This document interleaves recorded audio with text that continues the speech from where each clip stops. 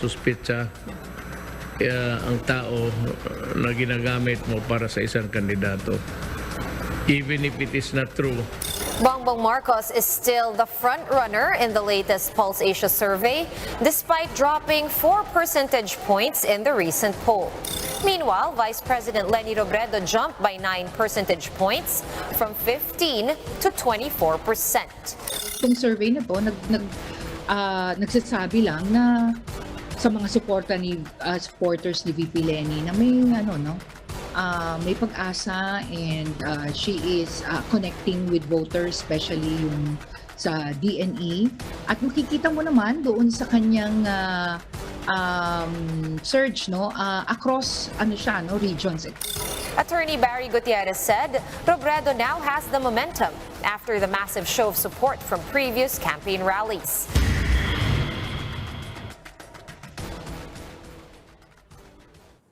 The latest Pulse Asia survey indicates changes in the numbers of the two presidential frontrunners, but with 4 weeks to go to Election Day and the possibilities that voters may alter their choices, will this reflect the final outcomes in the May elections?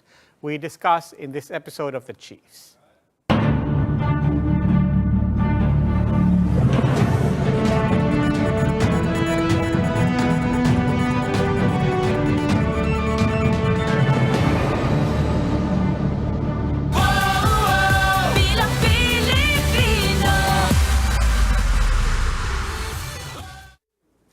Welcome to this edition of the Chiefs. Ako po si Robbie Alampay. With us online, Ami Pamintuan of the Philippine Star, Lucy Cruz Valdez of News 5, and Ed Lingao joins us here in the studio. He's from One News. Chiefs, good evening. Happy midweek. Good evening. And sinasabihan ako nila, diretso na raw sa guest. Wala naman talaga akong balak magpaligoy-ligoy pa. Let's bring in Professor Ronald Holmes, President of Pulse Asia Research. Good evening, Dr. Holmes. Good evening. Hi, sir. Good evening, Ruby, Ed, Ami, Lucy. Good evening. Okay, sir, by now, most everyone have seen it. Yung mga nakikita ko, yung mga kaibigan ko, dalawa lang naman yung reaction eh. Yung iba, ang reaction is, uy, tumaas si Leni. Kasama na doon yung, uy, bumaba ng konti si Bongbong. And then the other takeaway for everyone is, ang laki pa rin ng lead. I guess both are valid. But is there any other way of people looking at this that people may be missing? Well, maybe the other way to look at it, Robbie, would be to emphasize the date when the survey was done. So this is March 17 to 21. So that means that there had been about a month of the formal campaign since from the time that the survey was done. And we had in early March a number of barnstorming of candidates that were quite intense. I think with regard to the camp of VP Leni, that was the rally that they had in Cavite. And I think there was also a rally, if I'm not mistaken, in Bacolod, right? The Pasig rally will come after the survey. But you had two rallies, no? Yung Cavite, tsaka I think the Bacolod. Those are the two. And of course, what has happened is that basically the two leading contenders have been visiting essentially the same place, no? In the rallies that they've had. So what we have not seen, however, and not monitored, would be how they have campaigned in both social media and the advertisements they've had in broadcast media. Sir, let me try to reframe the question. We haven't seen any change in the numbering, but there has been a change in the numbers. Meron bang significance doon sa amount of change in the numbers? You're looking at 9 percentage points and 4 percentage points. Robredo and Marcos respectively. Yung kay VP Leni, let's start off with at least the front runner. We saw a decline in terms of the support for the former senator, the son of the late dictator, Bongbong Marcos. There's a 5 percentage point decline in terms of Class D. And Class D is the largest socioeconomic class. Nationally, yung 4 percentage point decline niya is not statistically significant. With regard to the Vice President, Leni Robredo, her pre-election preference increased by 9 percentage points. That's significant. And the increase in the balance of Luzon is quite significant, as well as the Visayas. And if you drill it down, and the data is on our website, Ed, Robbie, Luchi, Yes, sir. you'll see increases in two regions. And you Yes, see sir. the BP basically getting a third of the vote in Region 4A, and also taking the lead in Region 6, which is Western Visayas. No? So there are two areas where the Vice President is scoring more favorably, and those are the two areas that probably the increase in the balance Luzon and the increase in the Visayas. Nagsabi, pasok doon nga at sinabi mo rin, no? Doon pumasok yung dalawang malalaking rally, no? During the campaigns. Yun kaya yun? Could we attribute that to the massive sizes of the crowds? Well, Luchi, pwedeng isa yun sa mga maaring dahilan kung bakit umakyat yung suporta kay Vice President Robredo. Kasi nga, hindi lang yung sa mga nag-rally, kundi yung pagbabalita tungkol dun sa rally. Sa aming pagmamasid, nakita namin, that's why we put it in the headlines essentially, that there were a number of campaign activities that were basically covered by the media, at least the traditional media. What we don't know exactly is how it has fared in terms of the social media pages. No? But we know social media pages have become a bit more selective. So the coverage of those rallies may have contributed to the increase in so far as the support of the Vice President. What I don't know is what are the other strategies that any of these candidates have employed, because most of the candidates, their preferences did not in any way change. That includes the front runner, that includes Mayor Damagoso, Manny Pacquiao, and Senator Ping Lacson, among others.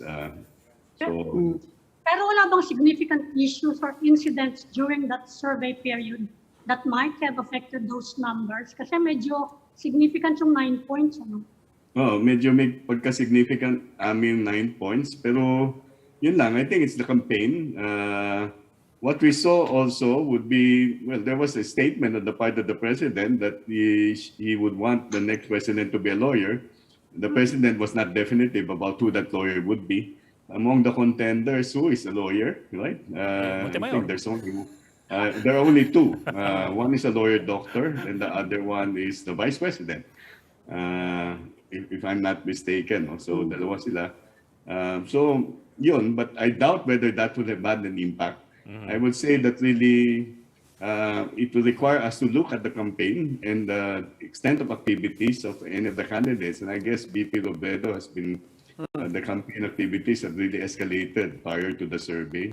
Sir, yung tax issue, sir. Yung tax issue, I think, was brought up in one of the debates. At least first brought up in one of the debates. Although I'm not sure kung uminit na yung usapan immediately after that debate or it took a week for it to simmer and then blow up. So my question to you is that mukha bang may epekto na itong SC tax issue? Mukhang wala, Ed, kasi yung natatandaan ko kasi parang yung debate na yun ng Comelec, yung first debate, na si Luchi ang nag-moderate. Nangyari yun sa kalagitnaan ng aming fieldwork. Yeah. So, ibig sabihin, nangangalahati na kami at kung magre-resonate yun, ay maaring matatagalan pa. Okay. So hindi pa ganun nakatanim sa isipan ng mga mamamayan yun. At medyo mahirap nyo rin maintindihan yun. Pero it may not have resonated yet at the time that we were conducting this. But let me push that further. I guess the point, the direction of this question is kasi so far we've been talking about what could have contributed to the positive numbers of VP Lenny. Sa kabilang banda, if it's not that, then what could have pulled down the numbers of Mr. Marcos? Well, what we see, Robbie, is just a decline in terms of Class D, and there's probably a shift of support from Class D to other candidates, more specifically VP Lenny. So it's not so much what he has done or what he has failed to do. It's really maybe an effect of the campaign strategy, the messaging, and the activities of the Vice President that pulled up her numbers. Okay. Speaking of shift, mataas din pa. If I'm not mistaken, there was also a rise in Isko Moreno as a second preference, just in case your first preference does not run. Is there something to look into there? Well, the rise is essentially a result of the increasing preference on the part of the Vice President, because if the Vice President were not to run, what you can more or less infer from that is that The ones who initially supported either the frontrunner, Marcos, or the vice president would have a tendency to choose Isko Moreno as their second choice.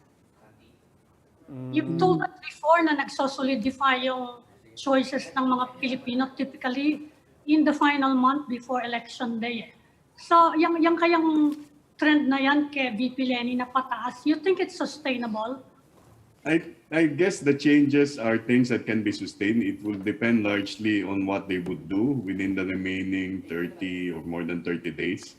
Ang problema dito, may iksi nilang panahon. No? So ibig sabihin, if people want to catch up or if a candidate wants to maintain his support, what they need to do is really intensify more their campaign activities, maybe double or triple the intensity that it has had over the last month or so. Because, what we see, what you mentioned, the data that we have is a little dated. This is 2010, where you have about more than almost half of the population saying that they decided on who to vote for as president only in the past month. So, nung nakaraang buwan lang. So, maaari pang magbago yan. At itong lamang na ay maaaring mga lahat it's a 32 percentage point difference. If one were to increase, if the second running contenders to increase by 16, that means a reduction is essentially a statistical tie. It will end up to be a statistical tie if the front runner also declines at the same proportion. So soft pa rin yan. Kasi sinabi nyo rin dati na about half of the support for Bongbong Marcos is soft pa rin. Not necessarily Bongbong Marcos. Half of the voters would basically firm up their minds a month before, up to the day of the elections. Yeah. What about the other position? Let's talk about the vice president results. No? Ano naman ang factors that may have unang-una, was that significant yung pagtaas ng ni Sara Duterte at yung pagbagsak naman or pagbaba ng scores ni Tito Soto? Wala gaanong malaking pagbabago dun sa vice presidency. Basically, no one's preference really changed among the vice presidential contenders. What we saw here really is, Sara has had majority support from February. Tito Soto from 1 out of 4 has gone down to 1 out of 5, but this is a marginal change, 4 percentage points. In effect, Tito Soto would be close to statistically tied with third running Kiko Pangilinan. It's just a percentage point away. But even Kiko Pangilinan's preferences did not increase. That's 4 percentage points. There was a marginal improvement in terms of his support in the Visayas, and that's most likely in Western Visayas also. So that's the reason why I say one of the possible reasons for the increase in support for the VP and for VP Robredo and for her running mate would be really the way that the rally in Negros was projected and how it has impact in terms of the voting population in that particular region.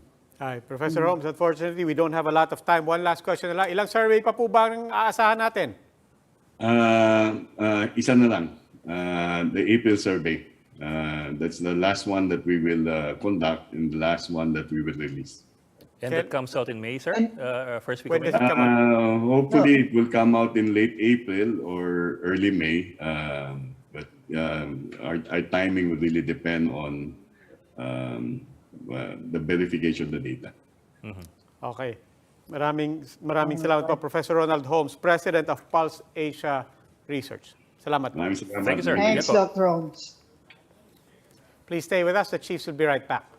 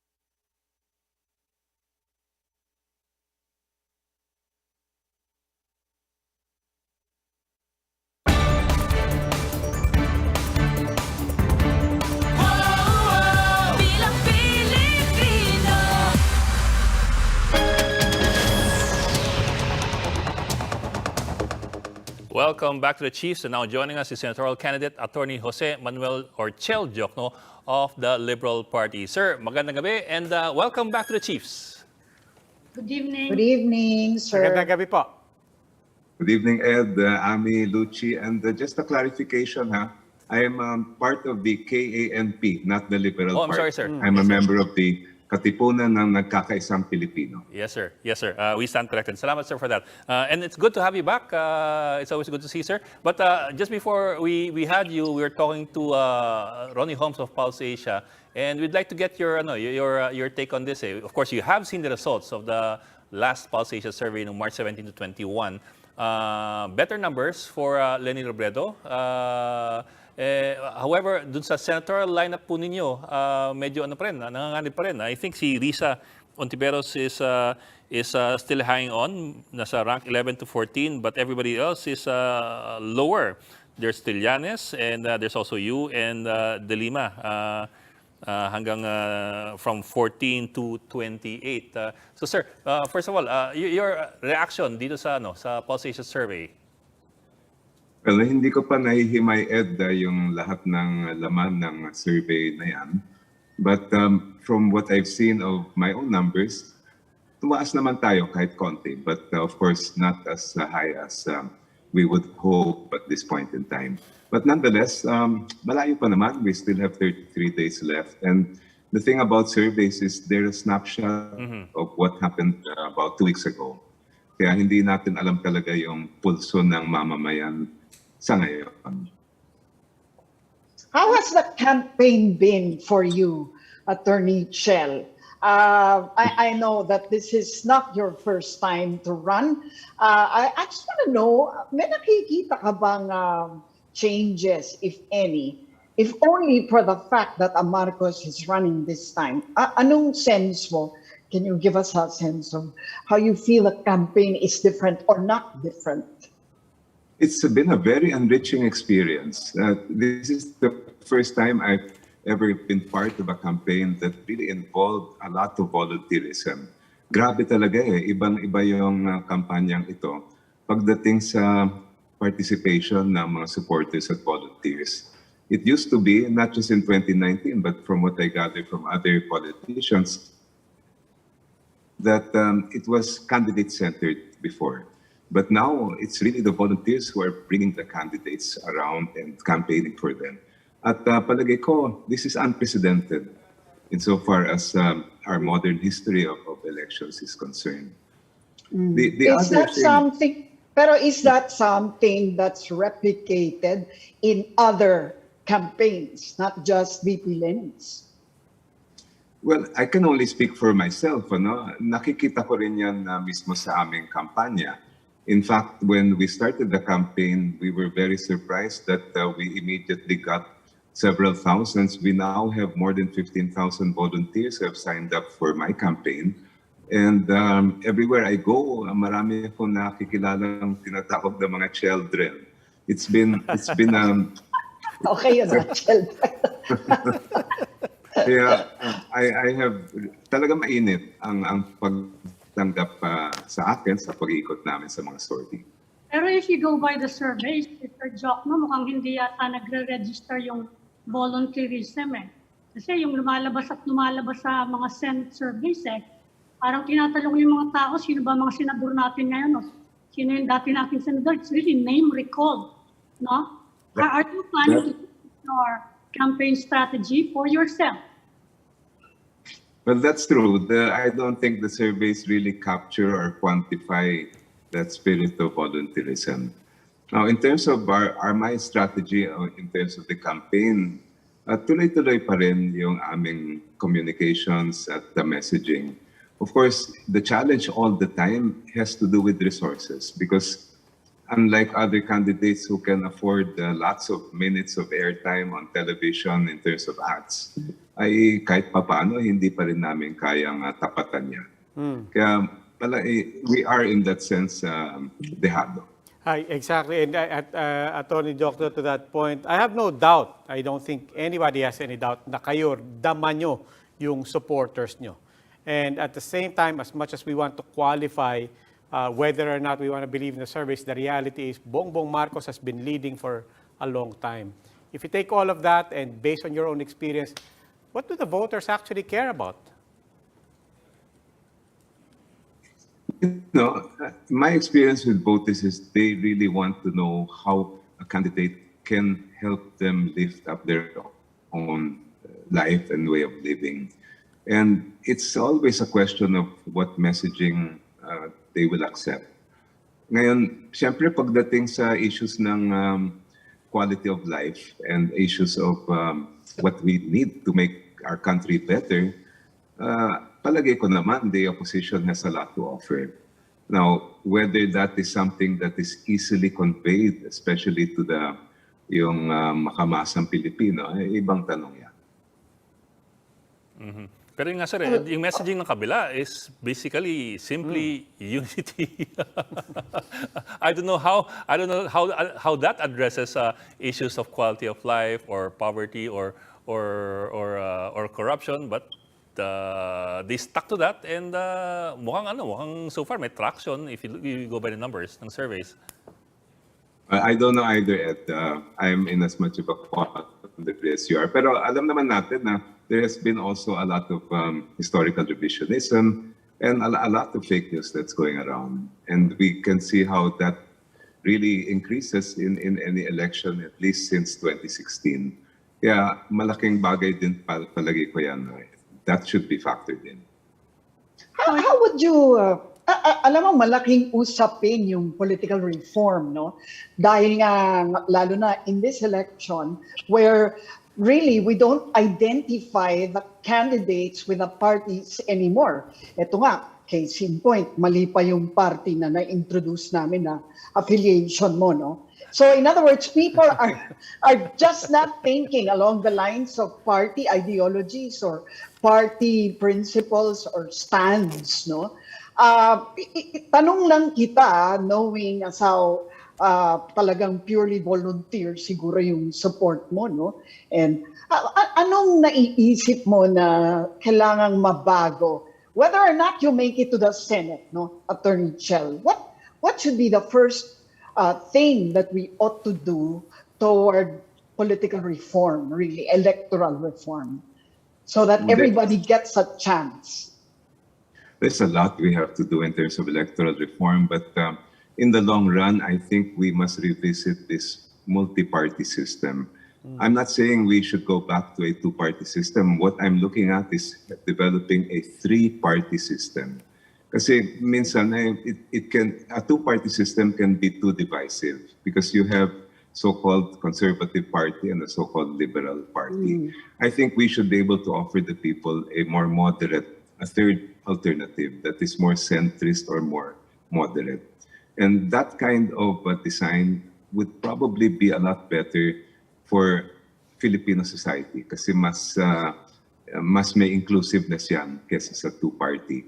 Ang problema naman sa multi-party, magulo masyado at yun na wala nang party identification, puro lipat-lipat. You have this phenomenon of whoever wins as president, everybody now jumps ship and goes to his or her party. Hindi rin maganda yun. Well, apart from the weak party system, marami nang pati si President Duterte, binanggit ngayon, inaabos na raw yung party list. And of course, there's the persistent call to reform the dynasty network around the country. But it will call for charter change. Now, if you are elected to the Senate, will you support constitutional rewrite? If you're talking about the party list, I don't think it will require a constitutional amendment. I think that Congress can look at the decision of the Supreme Court that opened the door to these many other party lists and craft amendments to the law that will now close the door para naman talagang matugunan yung totoong layunin ng party list na mabigyan ng boses yung mga marginalized sectors. So as far as party list is concerned, I don't think we would need a constitutional amendments. Doon sa dynasty. Sa dynasty, ganun din, that the Constitution provides for that we must have a law, but they left it to Congress to pass that law. Ngayon, of course, we know that in the last 4.5 decades, Congress has not been able to deliver on that mandate. And part of the problem, I believe, is the fact that we have to have an electorate that can put into power more progressive candidates who are willing to set aside personal interest to craft that legislation. And kung umabot tayo sa panahon na bubuksan natin yung Constitution, maganda siguro na pag-usapan na rin natin, doon na natin ilagay yung anti-political dynasty law para wala nang issue sa Kongreso. Sir, you well, let's zoom into your platform now. You have a tweet where you had my platform in 60 seconds. For those who don't have Twitter, and you're talking about a lot of people, give us that 60 second 60-second version. Wow. Well, yung pinakauna kong gustong i-push ay libreng serbisyong legal sa bawat baryo. And that came about because of my experience online. Last year, I put up a free legal service on my Facebook page, and to our surprise, over the span of about 7 months, we received almost 20,000 legal queries from ordinary Filipinos. And that made me realize that the ordinary Filipino cannot get answers to their legal questions. Yeah. Most of the questions that came in did not require a legal representation. Kailangan lang nila malaman kung anong gagawin. For example, we received so many questions about how do I correct my birth certificate so that I can get a passport. And actually, in many instances, you do not need a lawyer or you do not need to go to court for that kind of correction kasi may administrative correction na.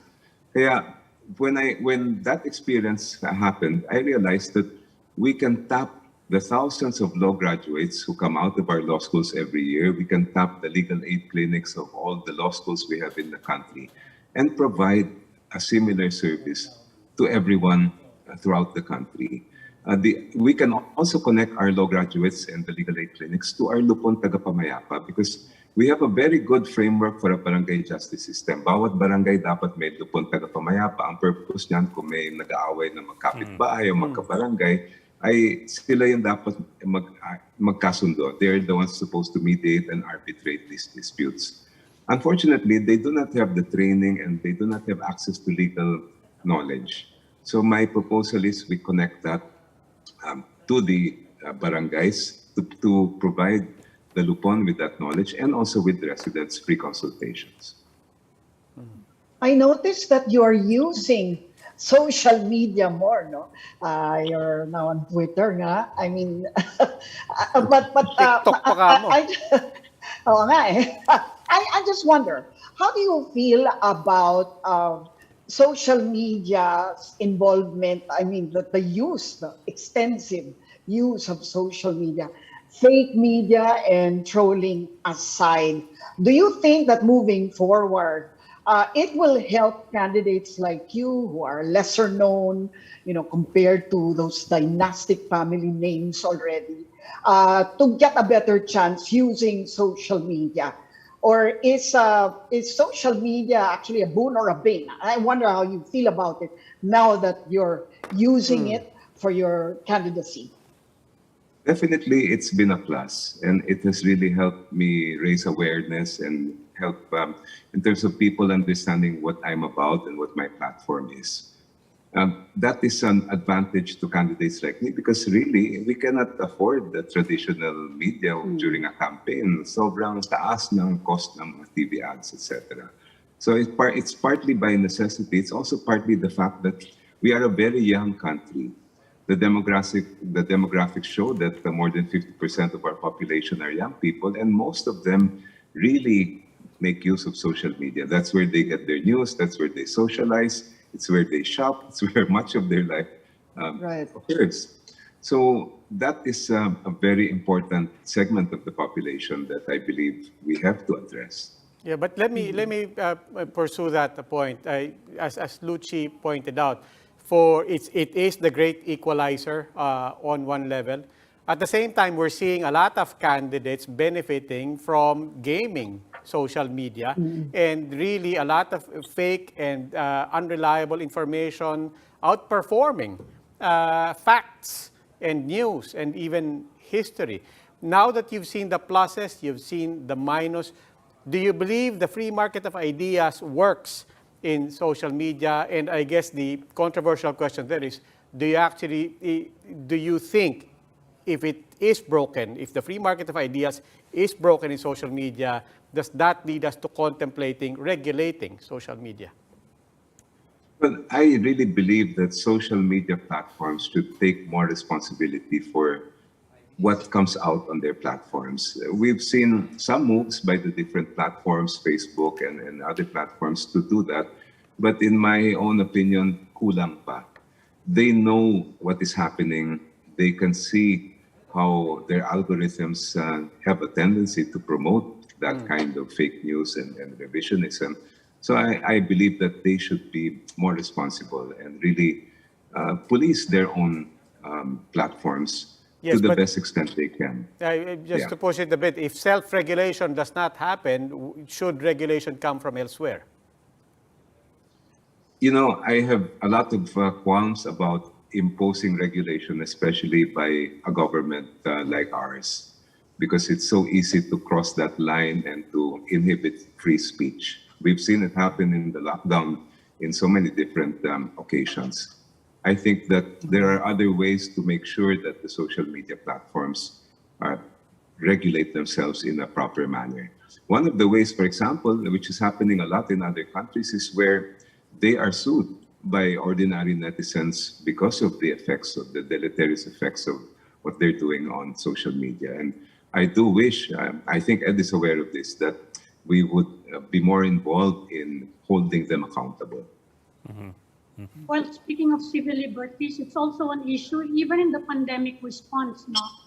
And I want to ask your views on this proposal to make vaccination mandatory and to replace the current vaccination cards with booster cards for entry, for example, into certain establishments or to ride mass transportation. You know, I think this whole approach of making it mandatory is the wrong approach towards, in terms of dealing with the pandemic. If you ask the scientists, they would say that we don't need 100% vaccination. We only need a significant part of the population to achieve herd immunity, something like 70%.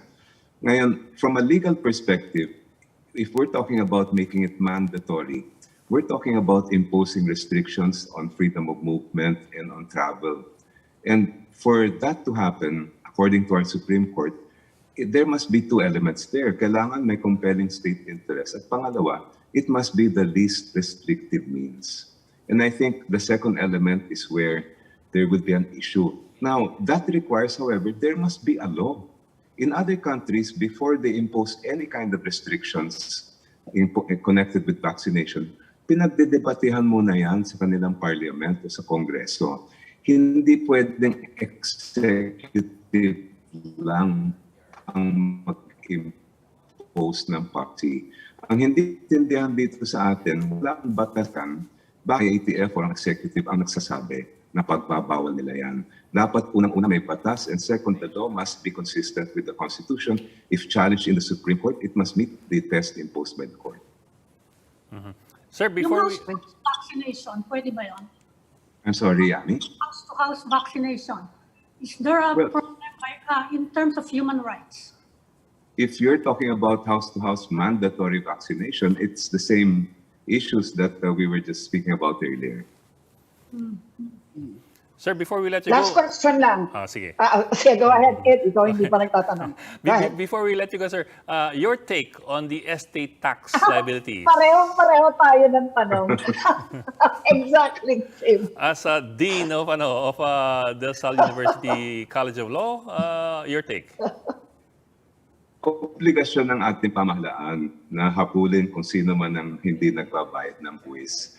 And our government should not discriminate because there's certain people involved. Whether powerful or not, that is the rule of law, that is what is supposed to be followed. Kaya ako, ang panawagan ko sa ating mga ahensya ng pamahalaan ay gawin nyo naman yung trabaho. Habulin natin yung mga hindi nagbabayad ng buwis, sino man sila. Show our country that you are not favoring anybody. Pero sir, on that, sino ang may pagkukulang dito? Is it the government for not going after the money, or is it the Marcoses? Are they criminally liable for not having settled? Well, of course, the onus is when a taxpayer is not paying his or her taxes, the onus is on the government to go after that person.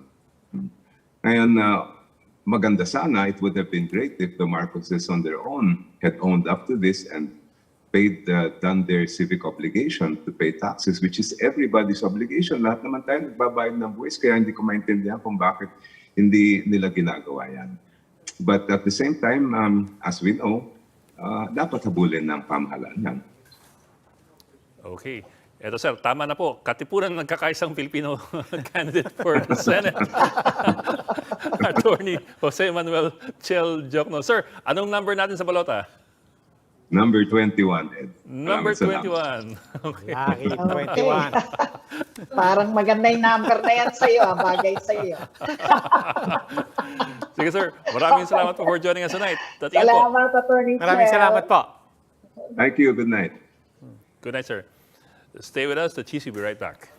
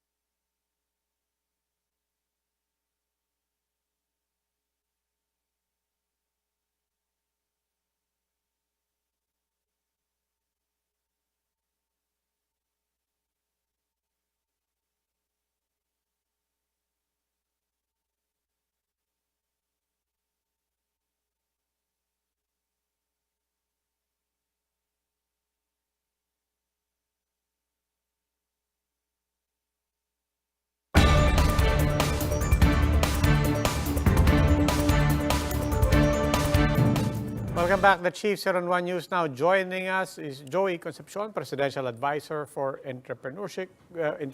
Good evening and welcome to the Chiefs, Secretary Concepcion. Good evening, sir. Good evening, sir. Sir, vaccination seems to have stalled, ironically, at a time when the economy is starting to open up. We're back to alert level 1. And there's a lot of reasons, incentives, and really excitement to see how much further we can push this. A lot of caveats as well. But I guess it all still goes back to the matter of vaccination. What do we do here when people seem to have lost their motivation and, ironically, precisely because they feel so comfortable? Well, yeah, that's...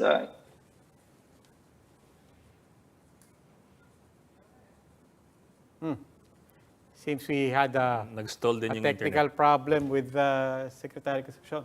Of We'll course, try to, we're talking about the problem of low boostering. I think we're only hitting 11 million out of what? A population of 110, 112 million. So that's almost 10% lang of the population, the general population. It's really that. I mean, all the other things that we're talking about in terms of yung, di ba, kinakabanda, baka mag-expire. We've been talking to a lot of experts that are not really concerned about expiration. Di ba? Kasi may allowance naman daw. May allowance naman pala Parang yun. corned beef yan eh.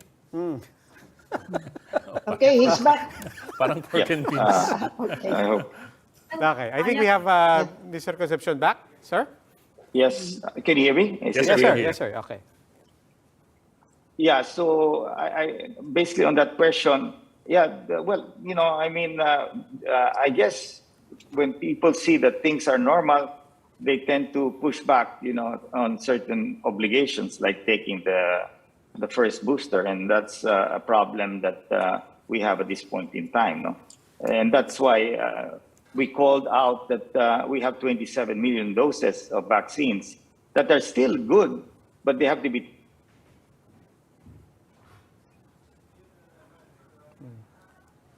is Looks left. like our internet We're stalled having again. problems with the connection, no? Problema But, talaga. well, But yun going na nga, back to no? that, yung Ang, 27 ang million suggestion doses. niya is, i-mandate sana raw ang, at least sa mga restaurants, mga public places. So, there you go. Sir, you're back. I'm sorry that Yeah. you keep freezing, no? Yeah, so we'll put you on again. You were saying? Yes. No, so hopefully that's why we call that, we have vaccines that are available and the public has to take it. The uptake here in NCR is quite low, 30%, considering that 100% of the citizens in NCR are already fully vaccinated. But 30% for boosters is alarming, no? And on the national level, it's only 13%, no? Secretary, today all the biggest business groups came out with a statement supporting the proposal to replace the regular vaccine cards with a booster card to promote vaccination. If the government does not approve this, you think the private sector can do it on its own? I mean, require employees to present booster cards for on-site work?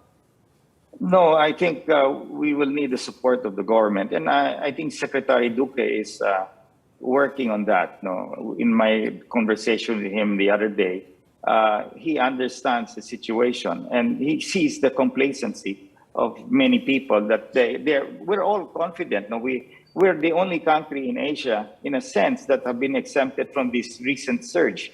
China, Thailand, Malaysia, and all of them have that surge.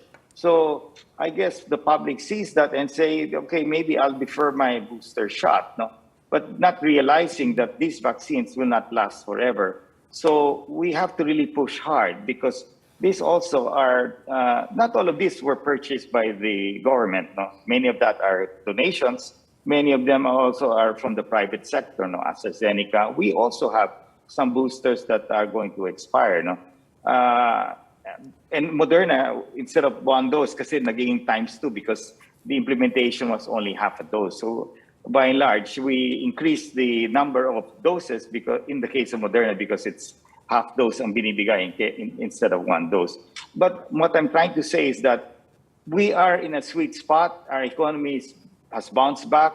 Banks are lending. People are doing much better. But the next 6 months after election is going to be the challenge. If boosters will not be taken, then the wall of immunity will be waning. And that is very clear from all our medical advisors. So that may be a risk so that if something happens in the second semester, all of the gains that we did in the first semester now will just go to waste. And we are also getting the effects of the Ukraine-Russian conflict, which is creating inflationary pressure on all our products. And as prices move up, consumer spending will also go down because they can't buy the goods at the same level. So you could have also the threat of stagflation. So that's why we're blowing the alarm now while it's still early. It's still 2.5 months till these vaccines will expire. No? There is a lot of time. But, and again, when we implement the boosters, the business establishments cannot implement it tomorrow, no? Because they will, if that happens, because of the low uptake, there will be no customers that will enter all of these restaurants, no? So they are also resistant in implementing the vacuna cards, the booster cards immediately, because they will lose customers. And I agree with them. So we have to give them maybe a 30 or 60-day lead time, no, to get these boosters to the citizens, no. Yes, sir. But so far, I understand that as far as you're concerned, moving to alert level 0 would be contingent precisely on the booster shots and the uptake for it, no? My question is, how much of a difference will it make to businessmen, to the economy in general, for us to keep ourselves on alert level 1 and delay moving toward alert level 0? Well, at How this much are point we in time, losing by staying here? Yes, where we are. Well, we're not losing that much. I mean, eventually, if there was no threat of any variant out there, and if we were fully boosted already by today, instead of just being at 13%, maybe we'll be at even 50%, then we can move towards alert level 0. But at this point in time, it is too risky to move to alert level 0. I think the chance of even moving up to alert level 3 is going to be higher in the second semester, because we have seen this Omicron X whatever and so many other variants that are around us, no? And if our wall of immunity does wane or even breaks, then we will have that surge and we will have our hospitals back again in trouble, no? Because they will be full of people. And we've seen that in our neighbors have not been spared. No, we are lucky that we have achieved this kind of state of health, no, whereby infection, despite the rallies, are down. No? Our neighboring countries, China is battling it. Hong Kong and Thailand and Malaysia and Singapore just went through a huge problem, a huge surge. No? So, to some extent, we have achieved a great success, but then we cannot be complacent. No. And the next administration might be more cautious in buying vaccines if they see that our citizens will not want to take the boosters. What's the point of spending billions of pesos in buying vaccines if our people will not take it? No? But if that happens, then we will have an economy that will be in trouble again because of the alert levels moving at higher, alert level 3 and even alert level 4. No? Hopefully, this is why we're calling and we're pushing hard right now to ensure that our people get the boosters. It's not too late yet. Yes, sir. But sir, are we any closer to having a firm government policy on mandating booster shots, or something along those lines? Sabi nga ninyo, di ba? Why not include the boostering in the definition of full vaccination, among other things? Now, kasi yesterday, what we heard yesterday from Yusek Densing was that there was supposed to be a senior government meeting, possibly today, on that issue. I'm wondering if there was any meeting na natuloy and if anything was resolved, kung natuloy man yun. Well, I'm not aware, but Secretary Duque asked me to formalize our recommendations, and we sent that yesterday to him. Especially, I was telling him Singapore has defined fully vaccinated people as having taken the primary dose and the first booster shot. No, so if that definition will be followed in the Philippines, then that will be of help. Now, they cannot force people to take the booster shots. No, that's not in the law. We cannot drag people and just vaccinate them. No, we can encourage them to incentives, and that is what some of the restaurant owners might be doing. We can also restrict entry to these establishments, similar to the no vax, no ride. But then, of course, there are sensitivities there as well. No, and that is for the government to decide. What the private sector is doing, and the group, is that we are concerned. We have actually, with our own vaccines, we have been successful in inoculating our people. No, and there is no problem in our side for those who bought. In fact, we overbought to some extent, but it's fine because it's anyway private sector funded. No, now when it comes to the government who funds it, of course they want to protect our citizens, and they did the right thing by buying these vaccines. But then, if the people will not take it, then all of this will go to waste. So you can't blame the government for buying these vaccines and it going to waste, because in the end we are putting as much pressure to get them vaccinated. But if the resistance is high, then it's also going to be the citizens who are at fault. So we are not giving up on them. I think the plan of Secretary Duque is to go down and bring the people, the vaccination much closer to the people in the communities and the palenques, if possible, where they are. And maybe that's one strategy, is really go down to the grassroots. And of course, there are distractions, as we know, because of election.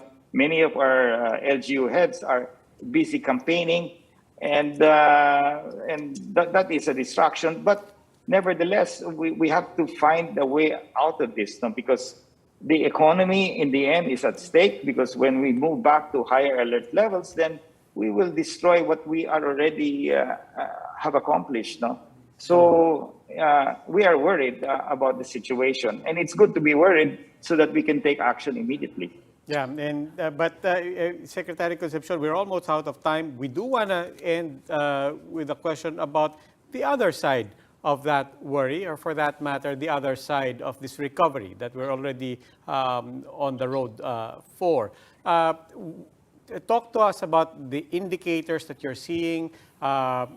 You go to the mall, certainly the eye test tells you that it's that the activity is back, but what are the indicators that you're seeing that gives you hope and that gives you even more reason to hope that we can do better in the economy? Well, you can see basically the malls, they have reduced the discounts on rentals, which show you that all the restaurants are doing well, all the retail establishments are doing much better. So things are going back to normal. Banks have started to lend money to the MSMEs. Many of them are restructuring their loans. So there is greater confidence. You can see mobility. Many people are dining out. The malls are full. So definitely the economy is bouncing back. Of course, we are getting hit with the conflict in Russia and Ukraine because of price increases on our basic food and fuel and gasoline and all of that. No? So inflationary pressures are happening, and that's another headwind against us. No? So you can see that people are happy. Everywhere I go, people are glad that we're back.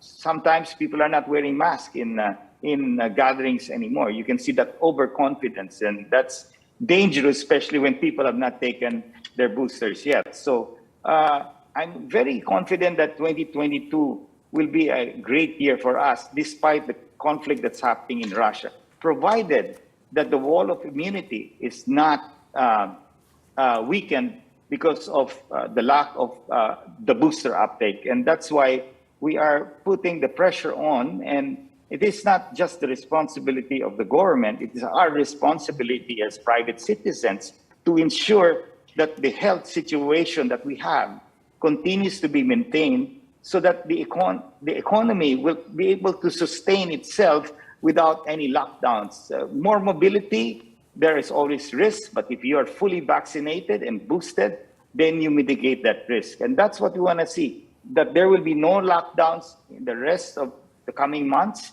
Despite the threat of new variants coming in, we will be better prepared. But if we're complacent and we don't take the boosters and these new variants come into this country, then we will go back to square one and we would have wasted all what we have worked for. Okay. Mr. Concepcion, maraming salamat po. Thank you. Maraming Thank you, salamat, sir. Win. Thank you. Yes, sir. Presidential Advisor on Entrepreneurship, Mr. Joey Concepcion. And that's all for this edition of the Chiefs. We hope what was discussed here will keep the conversation going. Before we go, a reminder to our viewers, mask on, wash hands, and stay safe, Philippines. I'm Robbie Alampay. I'm Ami Paminton of the Philippine Star. I'm Lucy Cruz Valdez of News 5. I'm Ed Lingao, and we are One News.